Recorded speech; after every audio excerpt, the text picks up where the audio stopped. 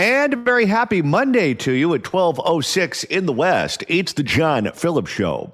Mr. Randy Wang's in Culver City. John, I present to you the sound of, yet again, a bunch of idiots in downtown Los Angeles setting a Waymo on fire.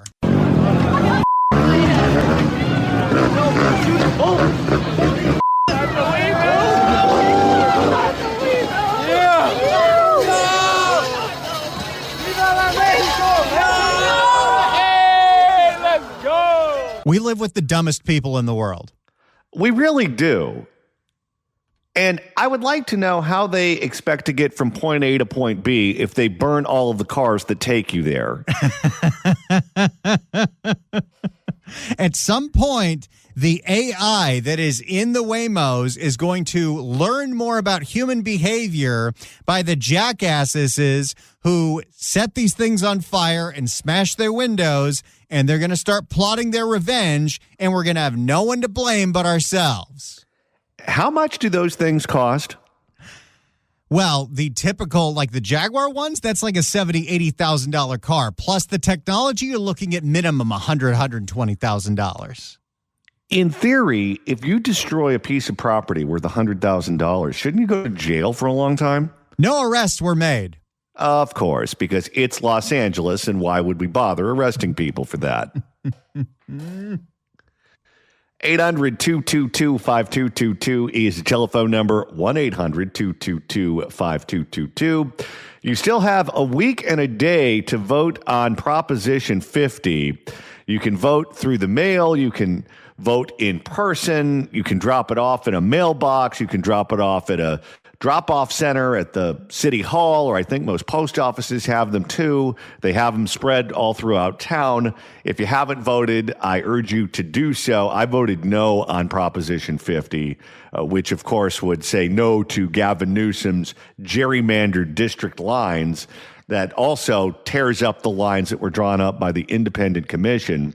I'll be speaking tonight in Anaheim at a No on 50 rally. Now, you have to have tickets to get in, and I don't even know where you buy them, and it might be sold out, so don't just show up.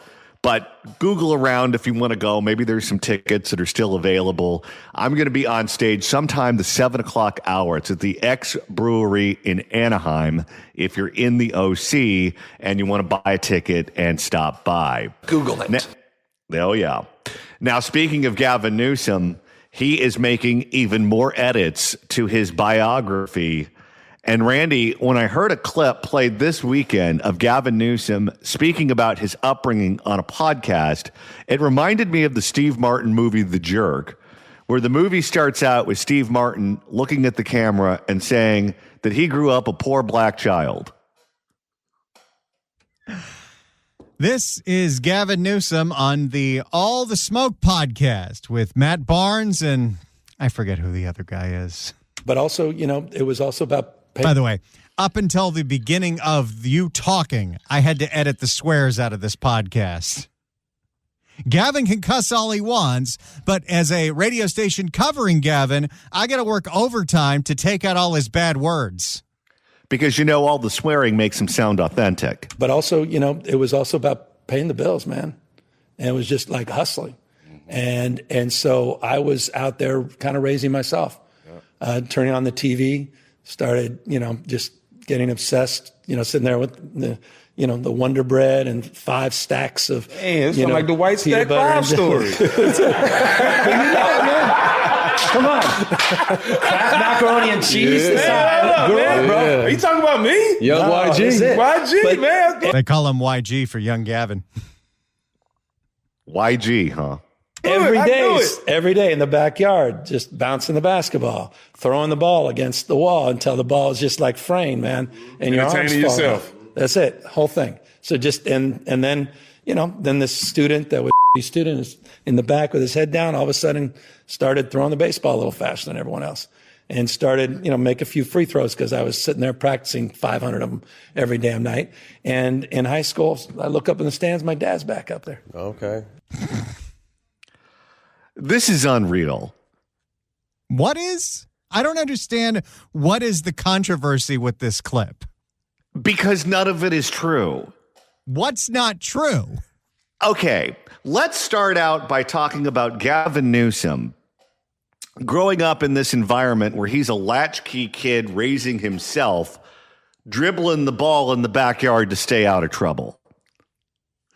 Let's just go ahead and take a look at what life was like for young Gavin. Because I know a lot of people like to say, oh, he's related to Nancy Pelosi, he's related to Jerry Brown. That's how the success happened. That isn't how the success happened. One of his dad's relatives married into Paul Pelosi's family, but it's many steps removed from Nancy, and she was not someone who was involved in his life in any real way as a young person. Gavin Newsom's father was a judge. That's what he did. He was a judge. Gavin Newsom was not the Fresh Prince before he was sent to live with his Uncle Phil in Bel Air. He grew up in wealth and privilege. So the father was a judge, and in San Francisco, one of the big moneyed families were the Gettys. The Getty family, the oil money, they were the ones that had all the money, all the prestige, the access to anything that you wanted in San Francisco. And one of the things that happens when you have a wealthy family and you have generational wealth is you have a family trust. And the family trust determines who gets the money. And you can draw these things up however you want them. If someone you know has a gambling problem, you can make sure that that person only gets a little bit of money. If someone is handicapped and they need extra help, you can make sure they have more money. If people aren't born yet, you can write in what those people are entitled to if and when they are born, those sorts of things. And the more money that's at stake, the more restrictions are put on the trust because you have a lot of pigs at the trough. You have a lot of people who are living off of this trust. Well, one of the Gettys wanted to break into the trust and get more than what was allotted to them. And to do that, you have to sue the trust. If the trustees do not want to give it to you, they can say no and tell you to pound sand. And the only recourse you have is you can take them to court and you can sue them. That's what you can do. Go back to what happened with Dianne Feinstein. When her husband, Dick Blum, died, and his adult children didn't like Dianne, and she asked the trust to pay for her medical bills, and the trust said no. And she and her daughter decided that they were going to sue the trust because they said that they were entitled to this money. Well, one of the Gettys decided that they were going to sue the trust because they wanted more access to the money, and they wanted to cut other people out. They went in front of a judge. Guess who the judge was? Gavin Newsom's father. They go in front of Gavin Newsom's father, and Gavin Newsom allows this Getty to break into the trust and make sure that this Getty has access to the money that he wanted to have access to. And it was a legal decision that was regarded as dubious at the time. So what does Gavin's dad do after that? He resigns as a judge, and they give him a job managing the Getty money. This guy was the consigliere for one of the wealthiest families in all of San Francisco. This is as young Gavin is growing up. He wasn't growing up in the projects. He wasn't a latchkey kid. He wasn't one step away from joining a gang. He wasn't at risk of knocking off a 7-Eleven. He was someone who grew up in great privilege with access to things that most people will never see in their entire life. Well, I've been listening to my detriment, way too many Gavin Newsom appearances on podcasts. And the story that he tells is that, yes, his dad worked for the Gettys, but his dad abandoned the family when he was a kid and didn't come back into his life until he was in high school and college. Okay, well, listen to this. In 10 of Gavin's first 11 businesses, guess where the money came from? Oh, well, we know that. The Gettys. The Gettys financed this guy's life. The Gettys allowed him to have all of these gentry class businesses. And Gavin doesn't tell the truth about his own biography. He claims that Willie Brown saw an article about this young up-and-comer, and that's how he got appointed to a board or commission. It wasn't that. It was the dad and the Gettys that made the phone call. Everything that this guy says about his upbringing is suspect. And it's very odd. I guess it's possible that the dad was abusive, or the dad was absentee, or the dad was punishing Gavin because he was living with the mother, and maybe those two had a falling out. But given this guy's track record of checkable facts, checkable claims that he has made that we know are not true, I don't buy it. And you look at the pictures of him when he was a young kid, they look like they're meant for GQ. They don't look like some kid who's one step away from being a Blood or a Crip. This is Gavin Newsom doing what he can do, bending over backwards, and not just bending the truth, but breaking the truth, because he thinks that this will make him look more relatable. He wants to be the anti-Trump. Whatever Trump is, he wants to be the opposite of. And Trump is a guy who doesn't shy away from his wealth. Trump is a guy who brags about it. He wants you to know about all the pretty women he slept with. He wants you to know about all the big homes that he's owned. He wants you to know how exclusive his club is. He wants you to know that he has a plane, and he has a golf course, and he has a this, and he has a that. And Gavin Newsom came from that upper crust in San Francisco. And under normal circumstances, he is the kind of guy who would love to brag about it. I mean, don't forget, he's the one that posed on a picture of a bearskin rug with Kimberly Guilfoyle, who was then his wife, and put that photo in the public domain. He used to want you to know that he was this connected guy and that he had access to all of these celebrities. It's not the kids from the neighborhood who Gavin Newsom is hanging out with. It's DJ Jazzy Jeffrey Katzenberg throwing him all the fundraisers. That's the world that he comes from. And I think it was Susan Crabtree who wrote a book about Gavin Newsom and the dysfunctional politics in California, who has poked holes in all kinds of these claims, all kinds of claims that Gavin Newsom has made, including claims that he was a bad student and he only got into the University of Santa Clara on a baseball scholarship. Well, according to what I have seen and read, it was his dad calling in a favor, and the Gettys calling in a favor for that too. And the people who played on the team said that he was never on the team. These are totally fabricated stories. And then, oh, get this. Remember when he got caught sleeping with the campaign manager's wife? Oh, that was a classic. And then he went to rehab, and he said that it was an alcohol addiction that caused him to behave in ways that he would otherwise not behave. And then we have the clip that we play all the time about him sitting at home, yelling at the TV as he's watching the news, drinking a glass of wine. Clean and sober is one of the biggest damn mistakes this country's ever made. I know it's a hold your hand idealistic point of view that somehow magically, I mean, God bless some of you. If you're like me, I've been known to have a glass of wine at night watching some of the nightly news. We all need to self-medicate periodically. Okay. Here is something that was just in an article in Bloomberg about the fires. This is recent. This is from this year. Quote, entire neighborhoods in Los Angeles burned to the ground. Fire hydrants ran out of water. Visiting the wreckage, Newsom was assailed by angry constituents on live TV. In a surreal twist, the incoming president was blaming him personally for the disaster. No more excuses from this incompetent governor, Donald Trump tweeted on social media. Shell-shocked and exhausted after the week on the front lines, Newsom holed up at home with a bottle of tequila and one of his closest friends, Doug Hendrickson. Quote, he was getting absolutely massacred by everybody, Hendrickson recalls.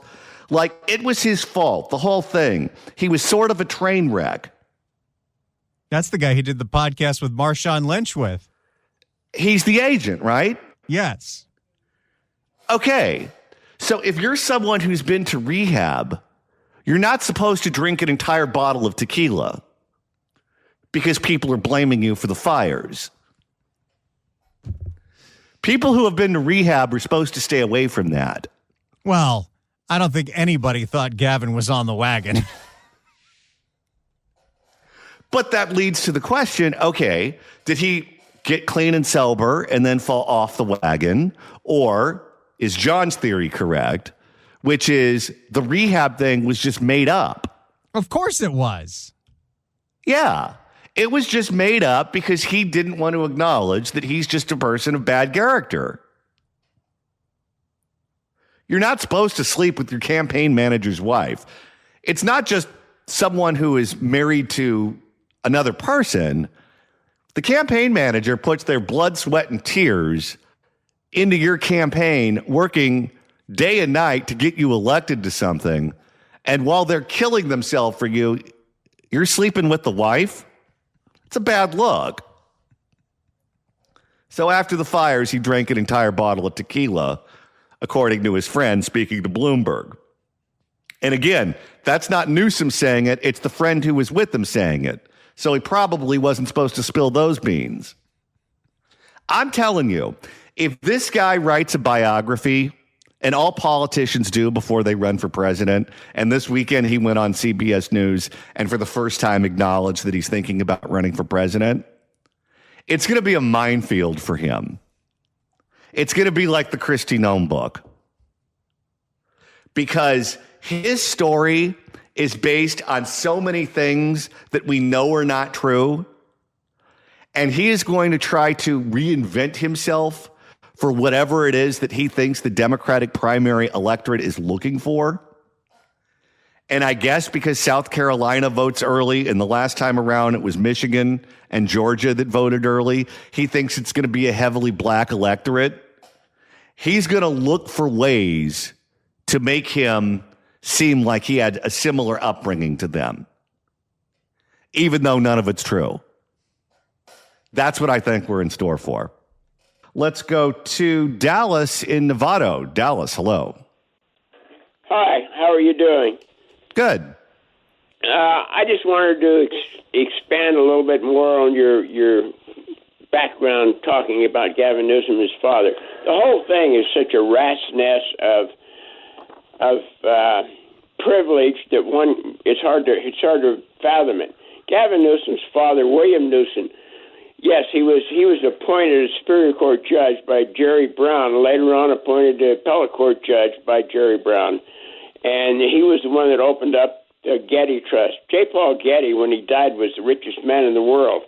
And the trust was closed in certain aspects. Gordon Getty was his second oldest son, who went to high school with Gavin Newsom's father and also Jerry Brown.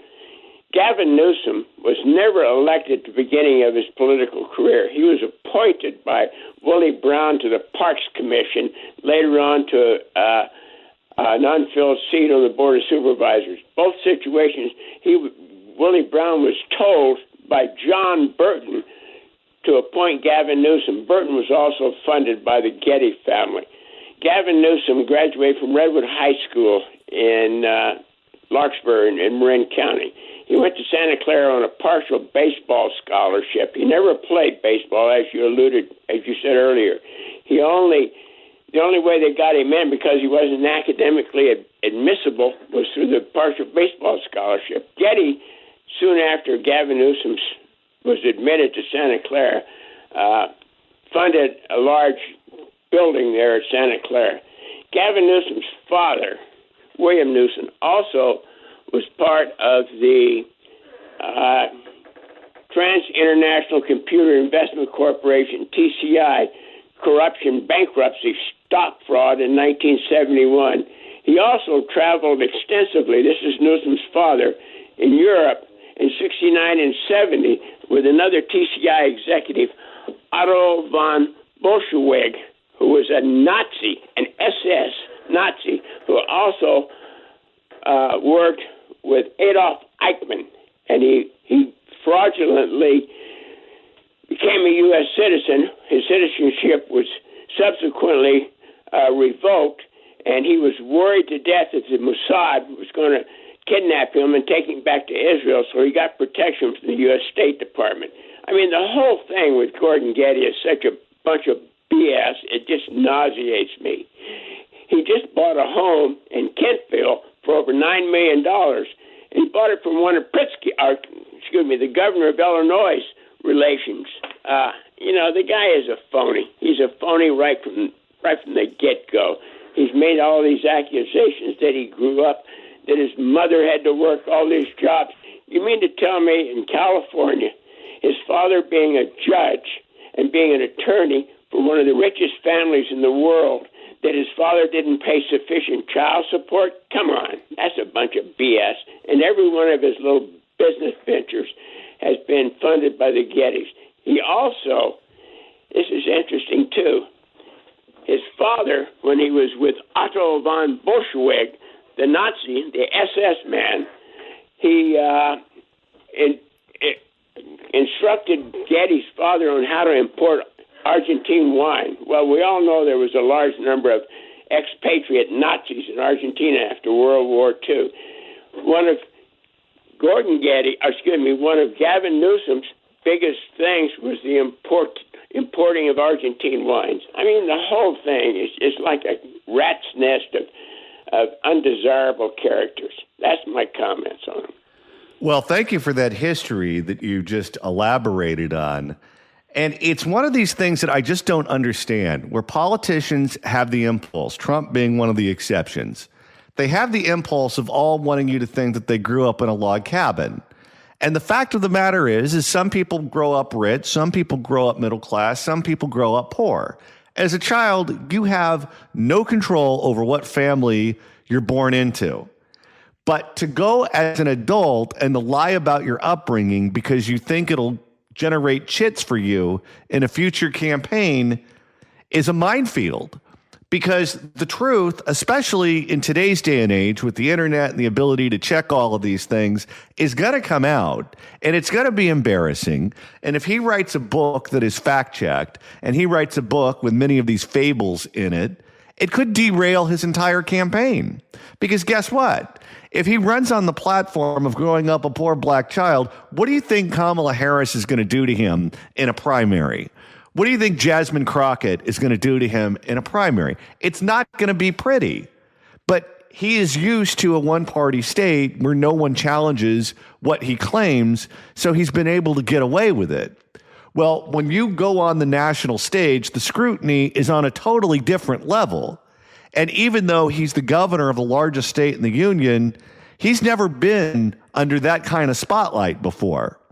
And I believe that Gavin Newsom, as good as he looks on paper to the Democratic primary voting population, this guy is going to blow up on takeoff. That's my prediction. Thank you for the call. I appreciate that. Let's go to Ted in Burbank. Ted, hello. Yeah, I grew up in San Francisco. I knew James Martin McInnes, who is the director of the Getty Trust. You know, I mean, I don't get Gavin. Everybody knows that Gavin's father was one of the leading jurists of his time and an appellate judge, too. But, you know, I mean, he's whipping all of this froth up, which instantly can be blown out of the water by just the most simple internet search. What is his idea that he can just bury his very prominent family up there that has been prominent in San Francisco for 4 generations? I mean, it's not like Pelosi.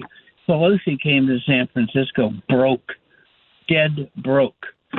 So you figure out where she got her $255 million or whatever it is. But, you know, I'm familiar with all of them. I have a home right near Nancy's house. They constantly gets graffitied by her loyal, people that love her. I don't know. But, I mean, all of this is available. How can he continue to do this stuff? Well, think about it.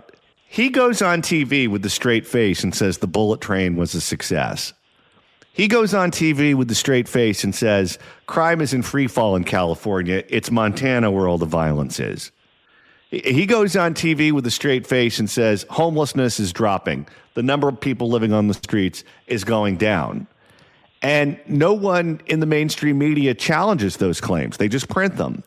And that's part of the reason that he's polling as well as he is in the Democratic primary, because if you don't know any better, particularly for those who don't live here, you just believe what's in the paper. And they're being told that California is a success story. And he's never had his feet held to the fire, but he's also never run for president before.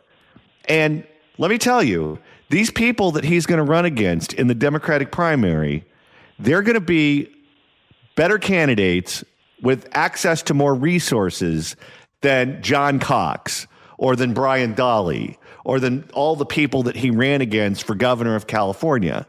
He is entering a whole new world, and clearly, based on how he behaved on this podcast, he's not ready for it.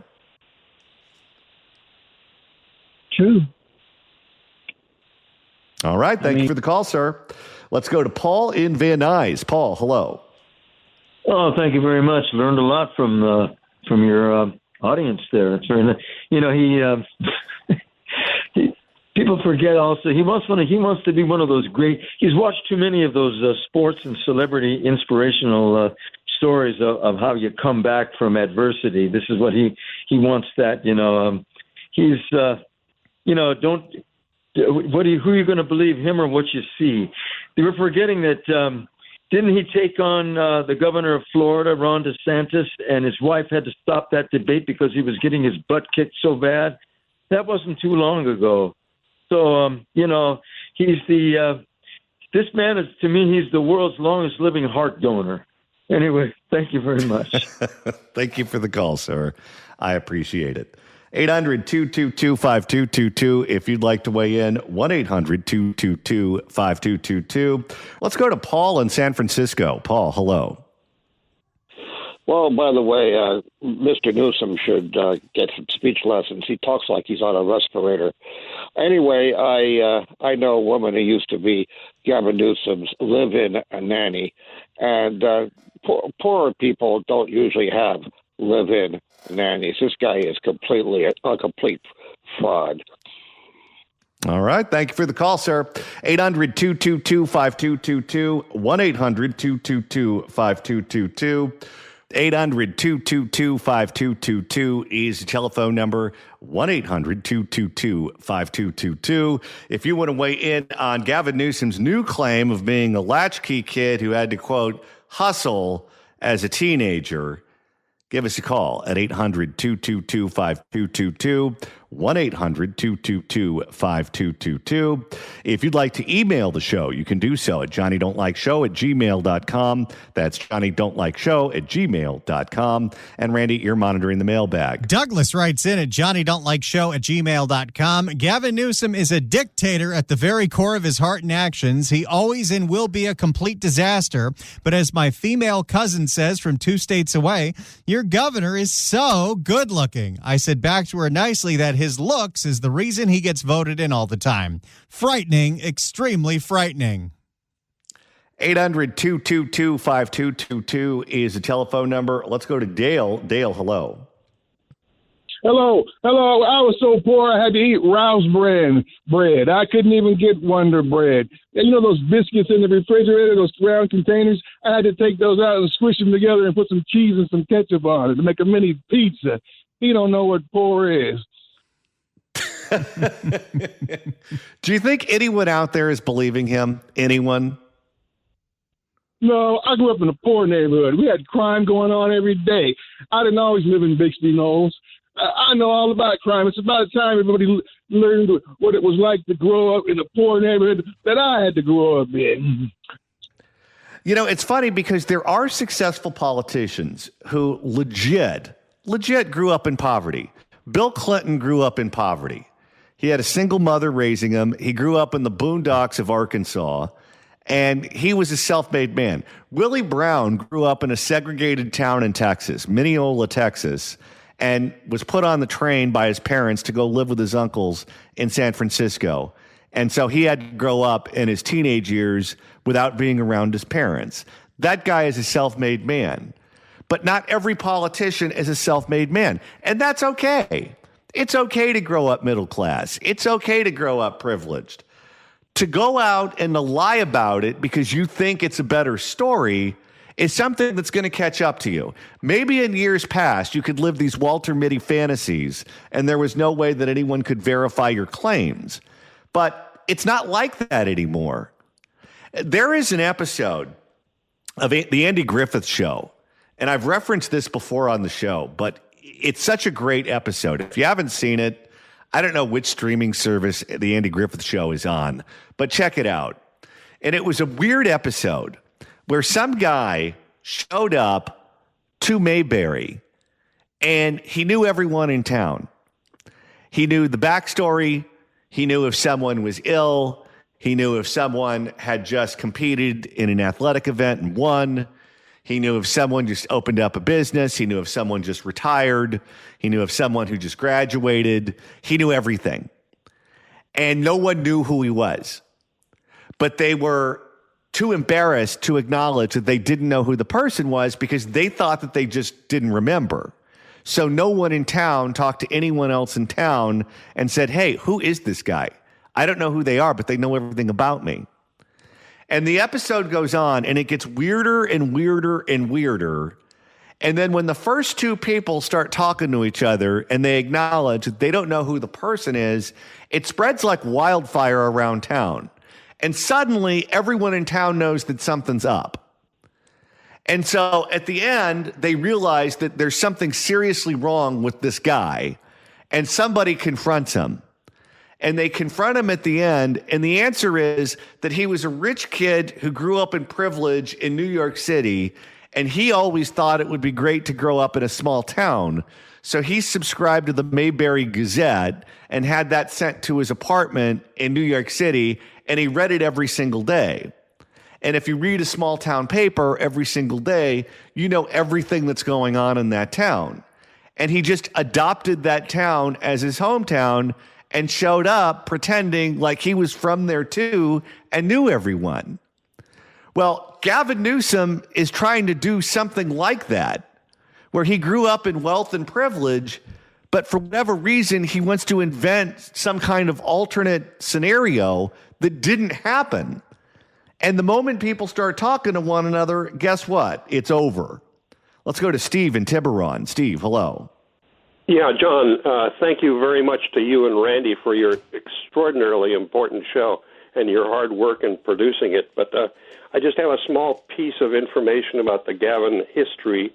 There's been a conflation of people, I think. I don't know anything about his parents, but William Newsom was a justice of the First District Court of Appeal, Division I, in San Francisco, and before that, I think a Superior Court judge in somewhere in the state.